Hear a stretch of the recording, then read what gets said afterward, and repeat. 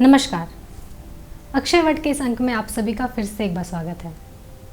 आज हम जमशेदपुर के वैसे वरिजन से मिलने जा रहे हैं जिन्होंने अपनी पारिवारिक जिम्मेदारियों को निभाने के बाद अब परिवार के साथ साथ सामाजिक जिम्मेदारियों को भी भली भांति से निभा रहे हैं। यदि कुछ करने का जज्बा इंसान के मन में हो तो वह किसी भी अवस्था में उसे पूरा करने की कोशिश करता है। ऐसे ही कुछ वरिजन कुछ करने का जज्बा के साथ सामाजिक हित के कार्य में आज भी लगे हुए हैं। तो चलिए आपको मिलवाते हैं कुछ ऐसे ही वरिजनों से। पुराने समय में स्त्री शिक्षा को महत्व न के बराबर दिया जाता था। लोग यही मानते थे कि लड़के को पढ़ाने से ही वंश आगे बढ़ेगा। लड़कियां तो पराया धन होती हैं, इसलिए उन्हें घर के कामकाज में निपुण किया जाता था, जिससे उनकी शादी में कोई परेशानी ना हो। इसी तरह के बहुत सारी परेशानियों से लड़ते हुए आज सामाजिक कार्य में एक अपना मुकाम बनाया है श्रीमती अंजलि बोस जी ने। मेरा बचपन पाकिस्तान अभी जो है ना, बांग्लादेश, वहीं पर हुई थी। और गांव में जो थे हम लोग ठीक ही थे और मेरे घर के परिवेश जो अच्छा ही थी। मगर जब बांग्लादेश हुआ तो हम लोग पाकिस्तान होने से चले आए। आके हम चक्रधरपुर में ठहरे। चक्रधरपुर में पिताजी काम लेके आए थे, वहीं पर हम लोग रह गए थे। और बचपन में एक सरकारी स्कूल में पढ़ते थे। मेरी माँ एजुकेटेड थे, स्कूली शिक्षा नहीं थी मगर उनको शिक्षा थी। क्योंकि मेरा गांव में कोई गुरु माँ आकर मेरे माँ और मेरे बड़ी माँ को पढ़ाते थे। तो मेरे बड़ी माँ तो नहीं पढ़ी, माँ पढ़े। और पढ़ने के लिए और बहुत पढ़े तो पूरा नॉवेल सारे जो रविंद्रनाथ, टैगोर, बंकिम चंद्र सबका किताब पढ़े, पेपर। ऐसा भी हम लोग का बचपन में जो ग्रामर ट्रांसलेशन किताब वो भी माँ पढ़ती थी। तो कैसे भी हो मेरा माँ कॉन्शियस थे। मगर मेरा पिताजी एक्सट्रीम फ्यूडल मेंटालिटी के थे और नहीं चाहते थे कि हम दोनों बहन का पढ़ाई लिखाई हो। उसको स्कूल हम लोग जाते थे मगर पढ़ने का मौका बहुत कम मिलता था। पढ़ने का मौका बहुत कम मिलता था क्योंकि घर का काम करना पड़ता था। और पिताजी हिंदी नहीं समझते थे। हम लोग बांग्ला से आए थे ना। पिताजी को बोलते थे थोड़ा दिखाने के लिए, तो पिताजी बोलते थे नहीं तुम लोग का होगा नहीं। और जबकि मेरे छोटा दोनों भाई को लोग के पिताजी ऑफिस जाने का पहले एकदम जी तोड़ के वो लोग को पढ़ाते थे, डांटते थे। माँ बहुत रिक्वेस्ट करने से भी पिताजी वही बोलते थे नहीं वो लोग को होगा नहीं। तो फिर बचपन हुई था मेरा। 15 साल में शादी हो गई थी। 15 साल में शादी हो गई थी तो खूब गरीब घर के लड़की थे। पति हमको, मेरे पिता बड़े भाई का टीचर थे तो अप्रोच किए थे, गरीबी थे तो शादी हो गई थी उनके साथ। हम लोग ब्राह्मण घर के थे और मेरा हस्बैंड कास्ट थे। समाज में बहुत विरोध आया मगर मेरा पिताजी, मेरा माँ अड़ गए थे। एक लड़की के जीवन में बहुत से ऐसे पड़ाव आते हैं जो उन्हें समझदारी पूर्वक सोच समझकर निर्णय लेने की क्षमता देता है।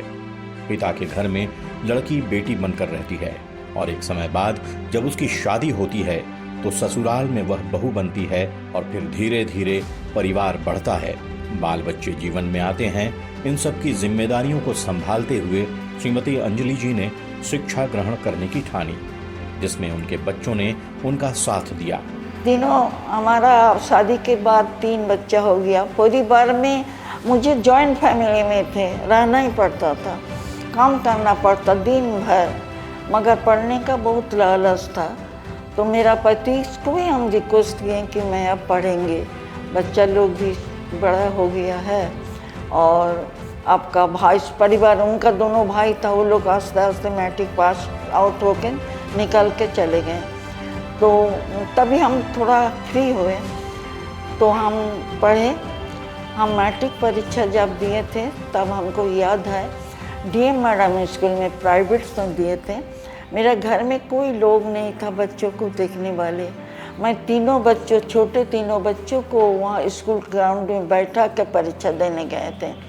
मेरा छोटा बच्चा बहुत बदमाश था और माँ को स्कूल में बैठकर देखने से उसको थोड़ा अजीब सा लग रहा था। दौड़ दौड़ के जा रहा था, माँ माँ बोल रहा था, फिर आ जा रहा था। फिर विजिट में आया जो प्रिंसिपल पारसी थे, महिला बहुत गोरे थे। मेरा बेटा दौड़ के आकर बोला, ये मैम साहब मैं बहुत घबरा गए, हो सकता है मुझे निकाल देंगे। मैं दूसरा तरफ देखते रहे। थोड़ा बाद में ये बात सबको बोलते हैं, थोड़ा बाद देखे कि मैदान में मेरा बेटा बेटी कोई नहीं है, टेंशन में परीक्षा दिया। उसका बाद मेरा हस्बैंड बोला हम आके लेके गए थे, वो हमारा टेंशन कम हो गया था। फिर दूसरा रोज से कोई समस्या नहीं था, मैं वैसे ही परीक्षा दिए और मैं मैट्रिक पास आउट हो गए हैं। उसके बाद मैं कॉलेज का भी पढ़ाई पढ़े गैप देकर।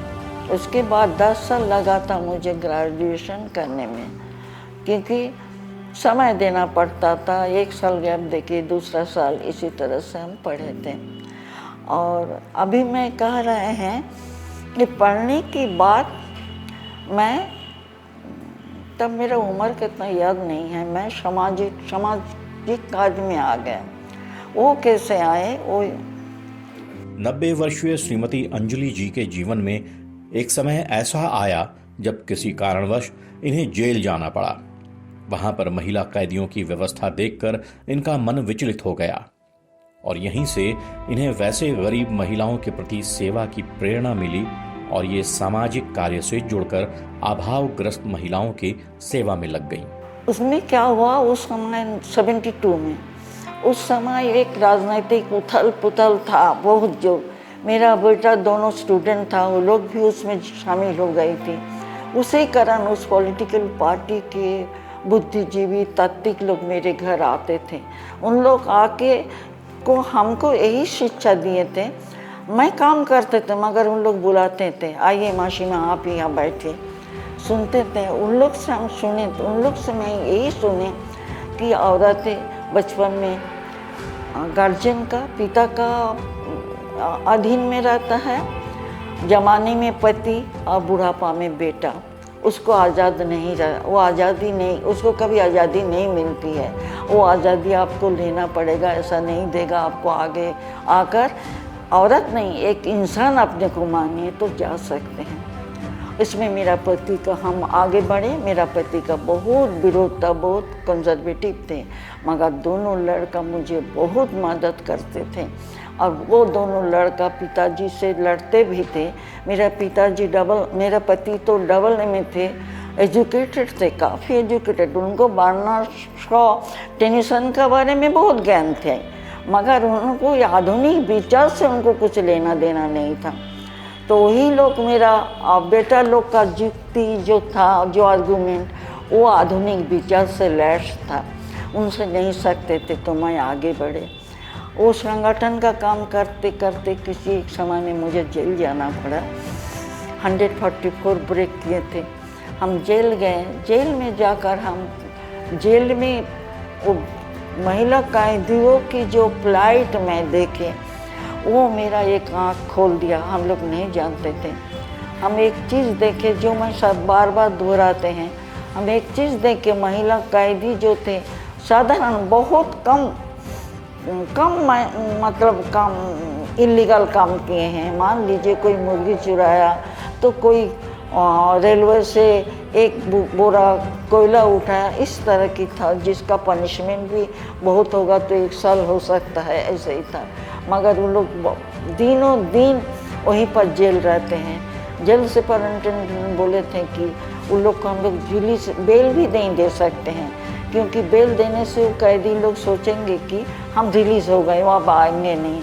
फिर वो पकड़ के आते हैं तो केस पर केस लग जाता है। जब तक उसका केस ख़त्म नहीं होता हम लोग छोड़ नहीं सकते हैं। श्रीमती अंजलि जी के सामाजिक कार्य में विभिन्न तबकों की महिलाएं जुड़ने लगी और महिलाओं के हित के लिए इनकी लड़ाई में जुड़ती चली गई। कभी महिला थाना के लिए धरना प्रदर्शन, तो कभी महिलाओं की शिक्षा के प्रति जागरूकता अभियान। विभिन्न तरह के महिलाओं से संबंधित अभियानों को इन्होंने अंजाम दिया, जिनमें बहुत सी महिला उनके साथ जुड़ने लगी। आज भी इनके द्वारा चलाई जा रही सिलाई ट्रेनिंग कोर्स जारी है, जिनमें विभिन्न लड़कियां सीखकर अपना रोजगार पा रही हैं।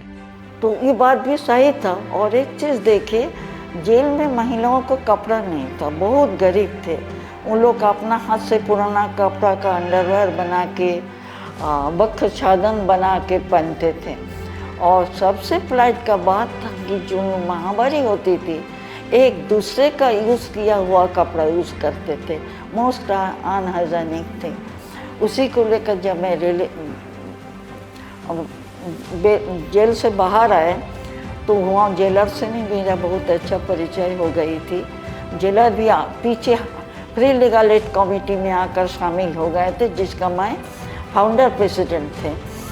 तो हम जेल का मेंटर बन गए। तो मैं जेल के अंदर जाकर ये बात बोले थे, दीपक विद्यार्थी उस समय थे, तो मेरे बात सुन के उन्होंने मार्किंग देने लगे। मार्किंग देने, चलो एक तो चीज़ हुआ। उसके बाद निधि करेंगे, हम बोला कभी एक समय की नहीं, अभी हम लोग सैनिटरी नैपकिन भी देते हैं। तो मैं वो जो शुरुआत किए थे, मेरा एक क्या बोलेंगे, मुझे गर्व होता है कि कम से कम ये बात तो उठाए थे मैं। फिर उन लोग को रिलीज भी किए थे free legal aid committee course से। 117 कैदी को हम लोग रिलीज़ किए थे। वो पत्राचार करके उसके बाद जंगल मिनिस्टर समोराव थे, उनका पास भी लिखे थे। इसी तरह से वो रिलीज़ हो गए थे। एक समय ऐसा आया जब श्रीमती अंजलि जी ने महिला कल्याण समिति नामक संस्था का गठन आज से 50 साल पहले किया था, जिसमें हर साल महिला दिवस पर सभी महिलाएं जुड़कर महिला हित में काम करने के लिए संकल्प लेती हैं। जैसे असंगठित क्षेत्र में महिलाओं के लिए न्यूनतम वेतन सुनिश्चित करना, महिलाओं के हित में जलवायु नीति बनाना, महिलाओं की राजनीतिक भागीदारी बढ़ाना, हिंसा की शिकार महिलाओं के लिए वन स्टॉप सेंटर दुरुस्त करना, बालिकाओं के स्वास्थ्य पर ध्यान देना। इस तरह के विभिन्न मुद्दों पर वे चर्चा करती हैं और फिर सब मिलकर उस दिशा में आगे बढ़ते हैं। जब जेल से बाहर आए, जेल में भी मेरा बहुत तात्विक लोगों से परिचय हुई थी। तो उस समय कोई बुद्धिजीवी ने हमको, उनका नाम जगन्नाथ गो, जेल में थे, हमको बोले थे कि so many people are there to work among the men, मगर औरतों में काम करने वाले कोई नहीं है। आप संगठन बनिए, महिलाओं के साथ काम कीजिए। तब हम शुरू किए महिला संगठन बनाना। उस ज़माना में महिला संगठन बनाना बहुत बहुत दिक्कत थी। और मेरे प्रेसिडेंट, फाउंडर प्रेसिडेंट थे बीथिका नंदी। हम उसका नाम कभी नहीं भूलते। अभी यहाँ नहीं है, अपना बेटा चंडीगढ़ में बेटा का पास रहती है। हम लोग दोनों बस्ती में जाकर, घर में जाकर समझा बुझा के उन लोग को बाहर लाए और संगठन बनाए। और संगठन बनाने से 80 में मेरा रजिस्ट्रेशन हुआ संगठन का। और हम लोग शुरुआत किए महिलाओं को आगे बढ़ाने के लिए, उनके साथ जो हिंसा होती है कम करने के लिए। हम लोग ये महसूस किए कि रोज़गार बहुत ज़रूरी है। इसीलिए हम लोग एक सिलाई सेंटर खोले। सिलाई सेंटर खोले, एक मेंबर जो फ्री ऑफ कॉस्ट सिखाती थी, और हम लोग स्टूडेंट को फ्री ऑफ कॉस्ट सिखाते भी थे। श्रीमती अंजलि जी उम्र के इस पड़ाव में भी उतनी ही मेहनत और लगन के साथ महिलाओं के हित में कार्य करते हुए विभिन्न समस्याओं का निपटारा करने में लगी हुई हैं। उसमें इन्हें बहुत सारे लोगों का सहयोग मिलता रहा है, जिससे ये महिला हित में भविष्य में भी अच्छा काम करती रहें। 2002 में हमको नेशनल अवार्ड मिला, और वो अवार्ड मिला, हम नहीं जानते थे हमको अवार्ड देंगे। हम लोग नए प्रोग्राम में निमंत्रित थे, तो हमको बताया गया कि निर्मला मेरे साथ थी कि इनको हम लोग सम्मानित करेंगे, उनका बायोडाटा दीजिए। तो निर्मला ने मेरा बायोडाटा लिख दिए थे। और जब मैं मेरा नाम बुलाया, जब मैं उठे, उस समय इलेक्ट्रॉनिक्स मीडिया पहला आया था। हम कभी इलेक्ट्रॉनिक मीडिया के सामने गए भी नहीं थे। और वो बोलते गया कि आपने खुद को पढ़ाई लिखाई एजुकेटेड हुए, उसके बाद महिलाओं को एजुकेट किए हैं, महिलाओं को कानूनी मदद देते हैं। और मैं इतना विभोर थे, मेरा माँ से प्रभावित थे। माँ चाहती थी कुछ करे समाज की, माँ नहीं थी, माँ का देहांत हो गई थी। मैं माँ का बात ही याद कर रहे थे। और जब अवार्ड दे रहे हैं ना, मैं दूसरा तरफ मतलब कहाँ देखे थे पता नहीं, और वो मिस्टर भगत का नाम हम भूल गए हैं, और बाबूलाल मरांडी थे। हमको बोले मैडम मैडम इधर देखिए, तब मैं उधर देखे।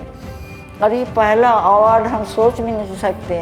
मैं भी आके सबको बोले, देखो मैं गरीब घर के लड़की थे, शादी में मुझे कुछ गिफ्ट नहीं मिला, मगर ये कितना बड़ा अवार्ड मैं लेके आए। मैं संगठन का लड़की लोग को भी बोलते हैं, गरीब घर के लड़की थे, कुछ नहीं मिला मगर बहुत बड़ा अवार्ड। उसके बाद बहुत सारे अवार्ड मिला, चाहे बादशाह रत्न मिला, और अवार्ड आप लोग को दिखाएंगे, सब है, हमको उतना हम नहीं बोल सकते हैं। आगे जो मैं काम शुरू किए हैं उसको आगे ले जाने चाह रहे हैं, और मेरा सेंटर को एक हम क्या बोलेंगे, एक सशक्त रूप देना चाहते हैं कि एक प्रोडक्शन हाउस बन जाए जहां महिलाएं रोज़गार करें, और रोज़गार से ही महिलाओं के कॉन्शसनेस बढ़ती है, और वो कॉन्शस बढ़ेगा तो समाज का भी काम करेंगे। श्रीमती अंजलि जी ने न केवल जमशेदपुर बल्कि पूरे झारखंड में महिलाओं के लिए प्रेरणा स्रोत हैं। उनके विभिन्न कार्यों के लिए बहुत सारे संस्थाओं, सरकार द्वारा इन्हें सम्मानित किया जा चुका है, जिससे इनका उत्साह हमेशा महिला हित में कार्य करने के लिए बना रहता है। मैं 82 से अंजलि दीदी से जुड़ी हुई है, क्योंकि मेरे लाइफ में बहुत बड़ा एक घटना घटी थी जिसमें अंजलि दीदी ने मुझे बचाए थे। और उसके बाद से अंजलि दीदी के पास मैंने रहे। बीच में फिर मेरा एक अंजलि दीदी ने एक केस किए थे जो कि पुष्पा अग्रवाल का था। उसके केस में हम लोग सब कोई बहुत आंदोलन किए थे। तो उसके भाई ने उस समय बोला था कि मैं बेबी को नौकरी में रखेंगे। तो उसके बीच में मैं वहाँ चले गई थी। फिर वहाँ करीब 9 साल मैं काम की हूँ। काम करने के बाद फैक्ट्री बंद हो गई थी। बंद होने के बाद मैंने बहुत तकलीफ करके बहुत सारा छोटा छोटा बिजनेस किए हैं, करके अपना लालन पालन करते थे। ऐसे मेरी माँ थी, जो कि जब मेरी माँ थी उस समय मेरे साथ इस तरह घटना हुई थी, तो मेरी माँ ने अंजलि दीदी के पास आई थी और बोली थी कि मेरी बेटी को आप देखिएगा। तो उसके बाद से अंजलि दीदी मेरे को देखी। और जब मेरा नौकरी चल गया था तो मैं छोटी छोटी बिजनेस करने लगे थे। लगने के बाद यहाँ एक अंजलि दीदी ने स्कूल खोली थी, तो हम आए थे मिलने के लिए। तो उन्होंने कहा ठीक है तुम आओ, यहाँ आओ। तो फिर मैंने यहाँ आए। मैंने अभी तक अपने जीवन में बहुत कुछ सीखे हैं, और जो सीखे हैं अंजलि दीदी का मार्गदर्शन से ही सीखे हैं। पहले पुलिस को देखने से बहुत डर लगता था, लेकिन अब तो मैं पुलिस, एसपी, डीएसपी सबके साथ बात करती हूँ खड़ा होके। और अपना कुछ भी केस होता है तो अंजलि दीदी के साथ भी जाती हूँ और अपने अकेले भी जाती हूँ। आज तक जो भी कर रहे हैं अंजलि दीदी का मार्गदर्शन से कर रहे हैं, और बहुत कुछ सीखे हैं। और अभी भी मैं यहाँ काम कर रही हूँ। और अंजलि दीदी जितने दिन जिंदा है उनका मैं तय दिल से सेवा करूँगी, और उनसे और बहुत कुछ सीखना है। और एक बात है, जो हमारे निर्मला दीदी है, उन्होंने हर काम को अगर थोड़ा भी गलती होती है तो बहुत अच्छा ढंग से समझाती है कि बेबी ऐसा नहीं ऐसा करो, ऐसा नहीं ऐसा करो। तो मुझे बहुत अच्छा लगता है कि कुछ तो सिखाती है कि ऐसा नहीं, मुझे बहुत कुछ सीखने मिलता है। और अंजलि दीदी अपना जीवन काल में बहुत सारा काम की हैं, जो कि उस काम को हम लोग देख के अभी भी प्रेरित होते हैं। और हम लोग अपने को भी इस तरह काबिल बनाने का कोशिश करते हैं। उनके जैसा तो नहीं हो पाएंगे, लेकिन कोशिश करेंगे कि हम लोग भी इस तरह काम करके गरीबों के लिए काम करके जाए, असहाय के लिए काम करके जाए। और जो भी उन्होंने ये सब बना के गए हैं उसको हम लोग कोशिश करेंगे कि आगे और बढ़ाएंगे। ऐसी ही एक 74 वर्षीय वरिष्ठ महिला डॉक्टर निर्मला शुक्ला जी हैं, जिनकी भागीदारी महिला कल्याण समिति में हमेशा बढ़ चढ़कर रहती है और ये श्रीमती अंजलि जी के विभिन्न कार्यक्रमों में कदम से कदम मिलाकर साथ देती हैं। विभिन्न तरह के कार्यक्रमों को किस तरह से कार्य रूप दिया जाए, इसमें इनकी महत्वपूर्ण भूमिका रहती है। मैं जमशेदपुर में graduate school college for women में काम कर रही थी। 1976 से काम कर रही थी। करीब 40 साल काम करने के बाद मैं रिटायर हुई हूँ कुल्हान यूनिवर्सिटी से, पर इसके साथ साथ मैं NGO से भी जुड़ी हुई रही हूँ। मेरे पिताजी सेंट्रल गवर्नमेंट सर्विस में थे, तो हम लोगों का बराबर ट्रांसफ़र होता रहता था। बंगाल में मेरा जन्म हुआ, कलकत्ता, और उसके बाद ट्रांसफ़र हो गया जयपुर। तो हम लोग का ट्रांसफ़र एक स्टेट से दूसरे स्टेट में होता था। उसके बाद हम लोग आ गए पटना। तो कॉलेज की पढ़ाई मेरी पटना से ही हुई। पटना विश्वविद्यालय से मैंने MSc किया है और बाद में उनका फिर ट्रांसफ़र हो गया तो हॉस्टल में भी रहना पड़ा। तो हॉस्टल लाइफ से भी इंसान को बहुत सीखने को मिलता है। बचपन में बहुत अच्छा माहौल हम लोगों को मिला था, क्योंकि कलकत्ता में हम लोग रहते थे जिस कॉलोनी में, वो नेशनल लाइब्रेरी के पीछे के मैदान में खेलने को बहुत मिलता था। और नेहरू जी आए थे उस समय, चिल्ड्रन लाइब्रेरी खुली थी, तो हम लोग उस चिल्ड्रंस लाइब्रेरी का भी बहुत मज़ा लेते थे। और स्कूल जाने के समय तो मैं छोटी ही थी, बस से जाना पड़ता था, तो बहुत बार सो भी जाती थी। मेरी बड़ी दीदी रहती थी, उठाती थी कि स्टॉपेज आ गया है, अब उतरो। तो लंबा लंबा जर्नी करना पड़ रहा था। बाद में हम लोग इसी इलाके में आ गए और फिर 4 के बाद जयपुर गए। तो हर जगह तबादला होने से स्कूल के दोस्त, घर के आस पड़ोस के दोस्त, सारा कुछ बदल जाता है। पूरा इधर रेगिस्तान जहाँ मिट्टी ही नहीं दिखती थी, हम लोग वहाँ पहुँच गए। तो बिल्कुल नए माहौल में अपने को ढालना पड़ता था। तो उसका बहुत फ़ायदा भी है कि हर तरह से रहने की शिक्षा मिली, उसकी सीख मिली कि आपको नए दोस्त बनाना ही है। फिर हम लोग पटना आ गए। जयपुर में लड़कियां खूब साइकिल चलाती थी, तो हम लोग साइकिल से जाते थे। जब पटना आ गए और साइकिल से जाने लगे तो सब लोग बोले, अरे आपकी बेटी साइकिल चलाती है। मेरी दीदी भी कॉलेज जा रही थी, तो फिर हम लोगों ने साइकिल चलाना छोड़ दिया और लोगों के साथ फिर पैदल ही स्कूल जाने लगे। तो ये सारी चीज़ हमने देखी अपने बचपन में। डॉक्टर निर्मला शुक्ला जी एक शिक्षित परिवार से संबंध रखती हैं। उनके पिता श्री कृष्णा दत्ता शुक्ला व माता श्रीमती कौशल्या शुक्ला ने सभी बच्चों को शिक्षा ग्रहण करने के लिए हमेशा प्रेरित किया है। यही कारण है कि डॉक्टर निर्मला जी प्रोफेसर के रूप में कार्य करते हुए सेवानिवृत्त होकर सामाजिक कार्यों में जोर शोर से लगी हुई हैं। मेरी माँ पिताजी ऐसे सर्विस में थे जियोलॉजिकल सर्वे ऑफ इंडिया में कि बचपन में तो वो 6 महीने के लिए एकदम टूर में ही रहते थे और आज के समान नहीं था, उन लोगों को एक दिन भी आने नहीं मिलता था। तो मैंने माँ को देखा है कि वो हम 4 बच्चों को संभालती थी। 3 बहनें थे और सबसे छोटा भाई था।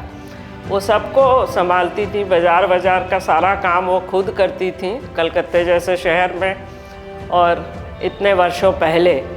फिर जगह बदलने से उनको भी सब कुछ सीखना पड़ता था। तो माँ को मैंने देखा है कि बहुत पढ़ी लिखी नहीं थी, हिंदी पढ़ना उनको आता था। फ़ोन भी अगर कोई इंग्लिश में करता था तो वो आराम से कह देती थी कि हिंदी में बोलिए। तो हम लोग बोले, तुमको ख़राब नहीं लगता है बोलने में कि हमको इंग्लिश नहीं आती है?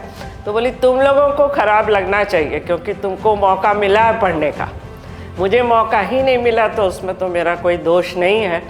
और वो आराम से कहती थी कि कृपया हिंदी में बोलिए, मैं अंग्रेजी नहीं समझती। इस तरह से देखा कि पढ़े लिखे हों चाहे नहीं हो, महिला को अपनी जिम्मेदारी उठाना अगर चाहेगी तो वो उठा सकती है।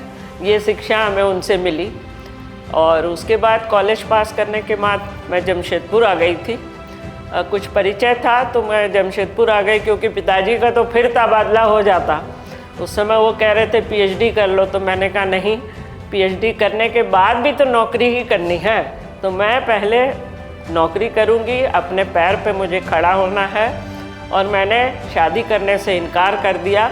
महिला कल्याण समिति में विभिन्न तरह के महिलाओं से संबंधित सामाजिक कार्य तो किए ही जाते हैं। इसके साथ साथ महिला सशक्तिकरण के लिए महिलाओं को सिलाई की ट्रेनिंग भी दी जाती है।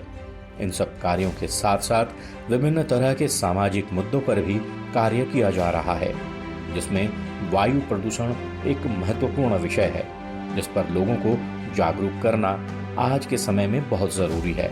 नहीं तो हमारी आने वाली पीढ़ी प्रदूषण युक्त हवा लेने को बाध्य हो जाएंगे। इस ओर भी संस्था द्वारा कार्य किया जा रहा है। मैं अंजलि दी की संस्था से जुड़ गई थी और एक हमने महिला समन्वय समिति भी बनाई थी उस समय, क्योंकि हम बहुत से मुद्दों को लेके एक साथ चल के काम करना चाहते थे। महिला समन्वय समिति में उस समय 13 संस्थाएं थीं, जो सब महिला नेतृत्व वाली ही संस्थाएं थीं, और वो हमने उनको एक साथ जोड़ा था। उसमें मैं सचिव के रूप में काम कर रही थी। अंजलि दी उस समय उसकी अध्यक्षा थी, और हम लोगों ने बहुत सारे मांग रखे। सड़क पर उतर जाना तो बहुत आम बात थी, जुलूस निकाल लेना, महिलाओं को यहाँ से लेके जाती थी अपनी संस्था से भी, दूसरे जगह से भी लोग आते थे 13 संस्थाओं से। और हम लोगों ने डिमांड रखा कि महिला कोर्ट अलग होना चाहिए, महिला थाना अलग होना चाहिए, महिला सेल होना चाहिए। उसी समय दहेज का कानून भी बना, तो दहेज कानून को लाने में भी सबकी भूमिका रही, और हम लोग मिलजुल के जमशेदपुर में काम करते रहे कि एक दूसरे के खिलाफ कोई ना बोले। ये उद्देश्य था, तो हमने वो समन्वय समिति बनाई थी, और बड़ी खुशी है कि हम लोगों ने मिल के अंजलि बोस जी के नेतृत्व में ये तीनों चीज़ जमशेदपुर में स्थापित की थी। 2000 के लगभग पुरानी प्रेसिडेंट यहाँ से चली गई थी, तो इस संस्था के लोगों ने मुझे, झारखंड बनने के बाद नया रजिस्ट्रेशन हो रहा था, तो मुझे यहाँ का अध्यक्ष चुना, और तब से मैं इस संस्था में अध्यक्ष 25 साल करीब हो रहा है के रूप में कार्यरत हूँ। और संस्था स्थापित रहे क्योंकि हमने डोनेशन नहीं लिया है।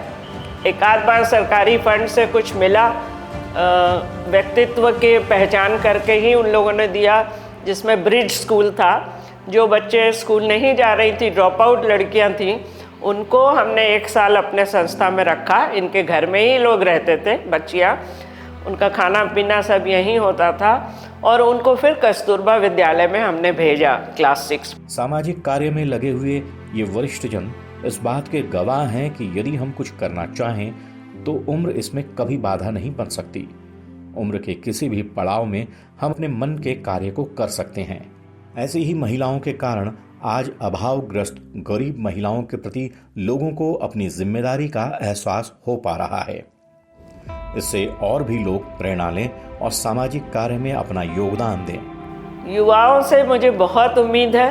मैं कॉलेज में भी जब थी, मैं उस समय एनएसएस में थी, और एनएसएस के थ्रू हमने युवाओं को मोटिवेट किया। बल्कि बड़ी खुशी होती थी कि पूरा हॉल जो है वो उनके पोस्टर से, स्लोगन से भर जाता था। हमने ग्रीन रैली भी निकाली थी, वो 95 में निकाली थी, जबकि हम लोग प्रदूषण की इतनी बात नहीं करते थे।